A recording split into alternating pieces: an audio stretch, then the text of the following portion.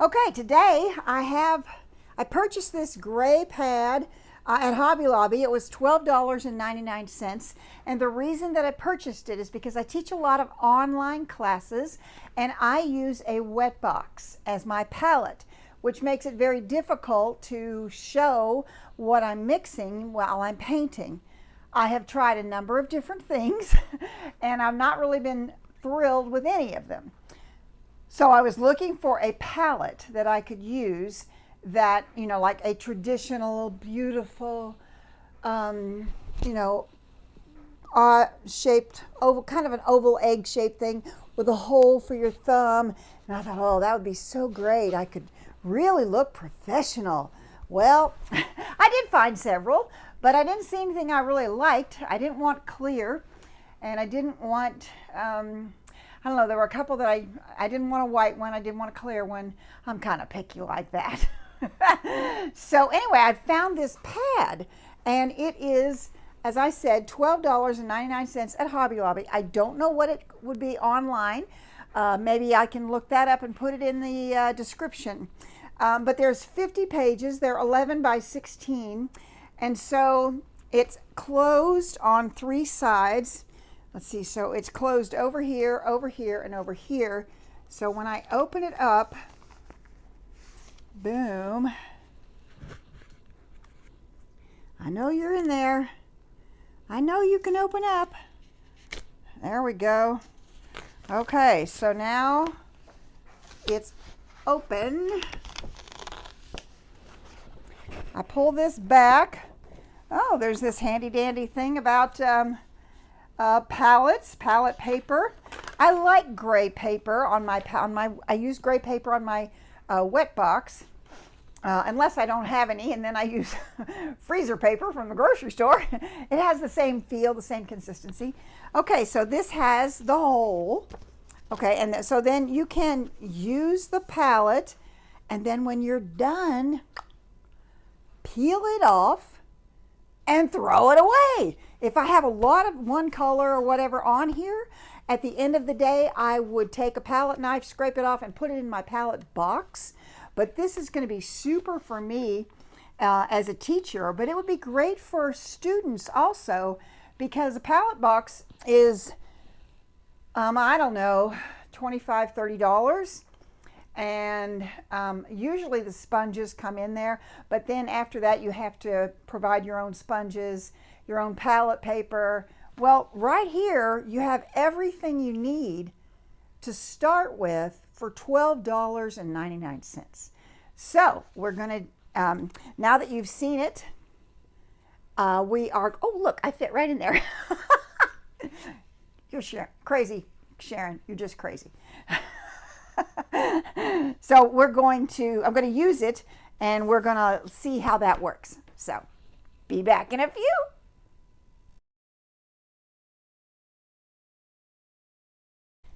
Hello, I'm back.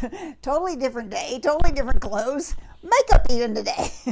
I made the original video and I realized I forgot to put the dumb microphone back on. So it was very tinny sounding, and I thought, oh, I can't do that. Can't force you to listen to that. So I'm reshooting it. So here we go. This is not my full palette, but I've just put on enough to paint a tree on here. I've got yellow, cad yellow, medium, orange, medium, hooker's green, burnt sienna, burnt umber, ultramarine blue, lime green, and some white. I've got several brushes here. I'm going to use my biggest natural bristle brush, and I'm tapping it off in the water, my brush, tapping it off on a paper towel. It needs some moisture, but it doesn't need a lot. But it needs something for the paint to actually stick to on the bristles of your brush. It'll work better. So this is all acrylic paint. This is the palette. Got my thumb in the hole. Okay, so I'm gonna do a tree kind of quick. So I'm gonna put up some of the burnt sienna, some burnt umber, and some of the blue. I just never use paint right out of the tube. It doesn't have all of the vibrancy of all these colors, and your painting will look more flat if you do that. So if you're having problems with your art looking flat, that might be one of the problems. Values is the other. Okay, so here I'm just gonna put in a tree trunk. Use both sides of the brush. You got paint on both sides. Picking up a little more paint so you can see what I'm doing. That's the main thing that I needed this palette for, was so you could see it. But another super feature is, bring that root all the way over. There we go. Another super feature is it's so much less expensive than the palette box. Okay, now all I needed that bristle brush for was that particular thing. I'm going to make some smaller branches, and you can't actually do that really with a thick bristle brush like this. So I washed it off in my basin. It's standing bristle side up. Always store your brushes that way. So here comes another brush. This is a synthetic flat, and I'm picking up that same paint. Going to mix a little more maybe so you can actually see what I'm doing. There we go. Okay, so this is going to come up here like this. I'm going to come out, and don't be cheap with your paint, Sharon. You got plenty of it. Okay, I won't. There, I'm trying. You don't want, when you're painting a tree, you want to fight against the tendency to have them opposite each other. You don't. It needs to come lower or higher.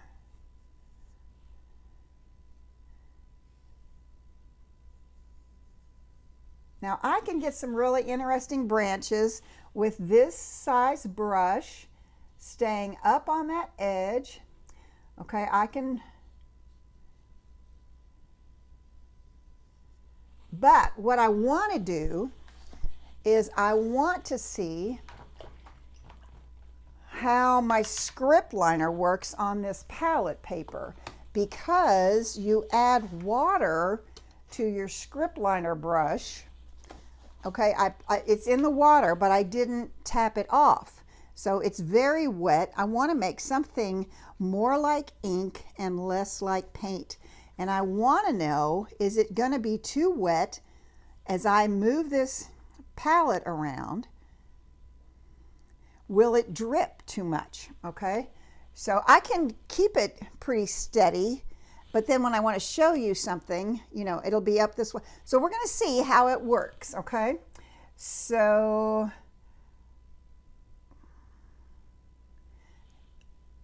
so far so good. When you're using a script liner brush,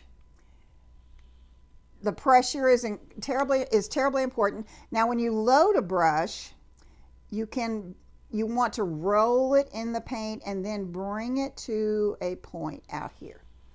Okay, so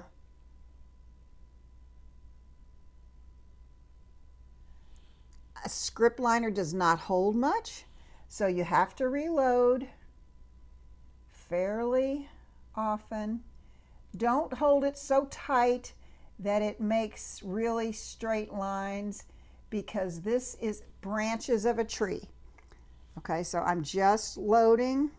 I think I'm actually going to need a little more water, so I touch the brush back in the water and I bring it back up here to the palette. I'm rolling it, and then I'm going to bring it to that point again. So this here is a little wonky looking, doesn't matter.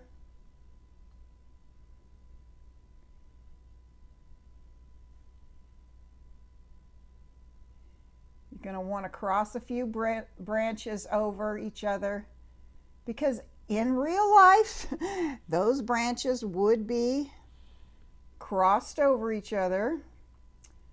Let's see, let's put something out here. Right there. Here comes something over here. We're going to put some leaves on the tree, so you're not going to see all of these branches.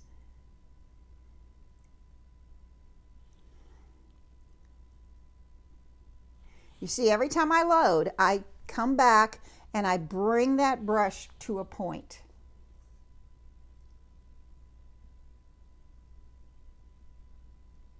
I'm sometimes using my baby finger to steady my hand, even though I don't care that it makes some oddball little movements. I really want those in the branches.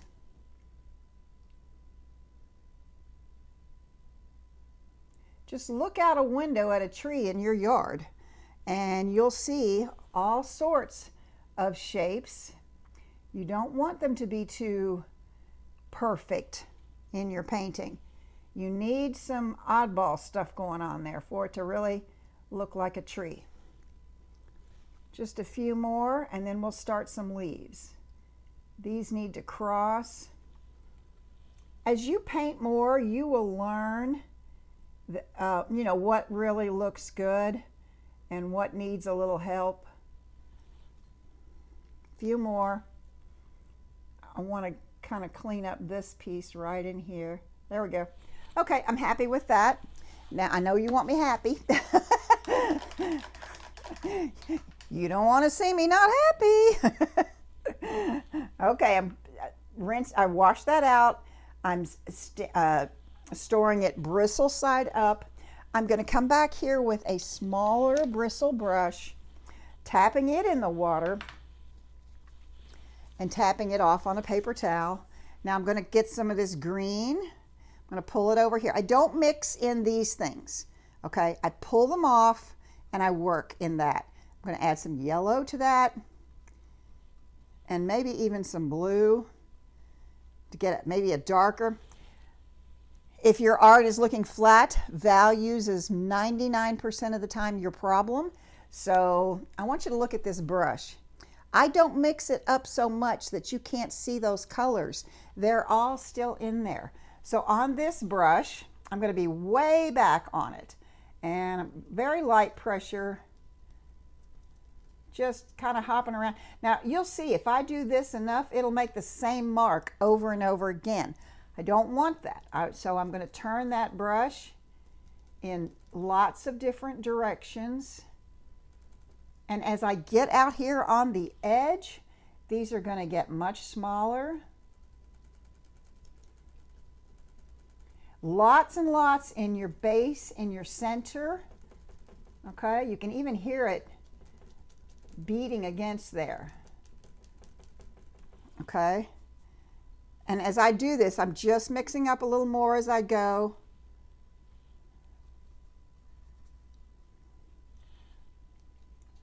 So now I'm going to come over here, put some in this. And as I get out here, the pressure gets lighter.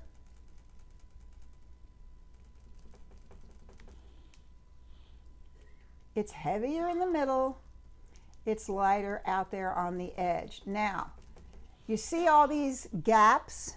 Don't worry about those, because if this were a painting, that would be sky and it would be blue behind there. So don't lose all that. It's called negative space. Don't lose all that negative space. So far, the palette is working perfectly. I love what's going on. See those marks all alike? Don't like that. Got to come back in here and yeah, there we go. Can't have your marks all repetitive, looking the same. Okay, so now I'm going to take some more yellow and I'm going to work out here in the side. Although there's very little paint left on here, I could actually work on that whole thing. But I normally am pulling paint off to the side. I'm going to add a little white to it this time. Okay, and so now I'm going to come back in here. My light's coming from this direction, so there will be some highlights over here, but not nearly as many as on this side. See how I'm turning that brush in all different directions? I don't really care that if I hit the same spot or not. I'm going to just add a little more yellow here, a little more white. And I don't mix it up so much that it's like opening up another tube of paint. The reason I don't take paint right out of the tube and put it on the canvas is because I want the various colors to be in there. Maybe not so obvious, but that they're there. Okay, so you can see on my brush, okay, that there's yellow, green, and white. Okay, so I'm just going to come in here and tap lightly. Remember, there's not as much on this side because my light is over here.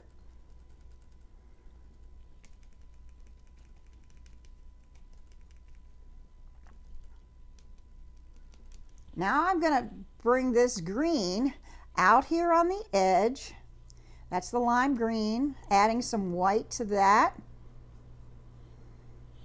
Now I'm going to come back in here, light, even lighter pressure.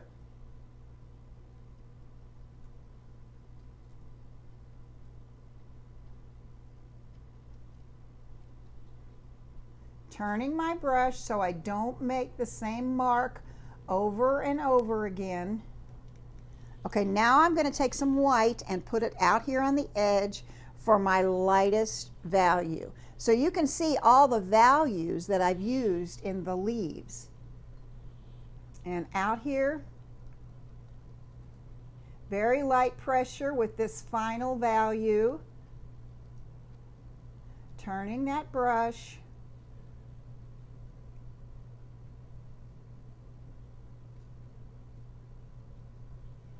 Maybe a little over here, not much. Okay. All right, so now you can see how to do that. Now, normally I would come back here and highlight the tree on this side and everything, but the goal of this video was to show you how to use that palette paper and how it works. And my main concern was using this script liner because you add so much water to it. So we did add the water. It did not roll down the page, even though I was holding it up. All of my paints are thick, heavy body acrylic paints. So now this is not going to work like this with craft paint. And this is not something you would use craft paint on. This should be student grade or professional grade, heavy duty, thick body acrylic paint. Okay, so that's how this kind of a thing works. Okay, so I thoroughly, this will work very, very well for any new beginner. Don't want to spend the money on a Stay Wet palette box. They can be $25, $30. And not that that's all that much, but this is $12.99. It comes with 50 sheets. So theoretically, you could paint a long time with one of these. And when you look at the price of sponges and things like that, I'm not going to say, over time, you will save more money with a palette box. But for me, trying to show you how this works, what colors I'm mixing and things, this works better for me. And if I were a beginning artist, this is what I'd buy because it just saves you so much money in that initial stage when you've already had to buy 10 kinds of paint, 4 to 6 brushes, something to paint on, and now you're thinking, oh gosh, I need a $25, $30 palette. Okay, for $12.99, you're going to paint for months on this.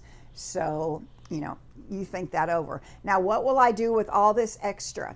My palette box is sitting right there. I will scrape it off.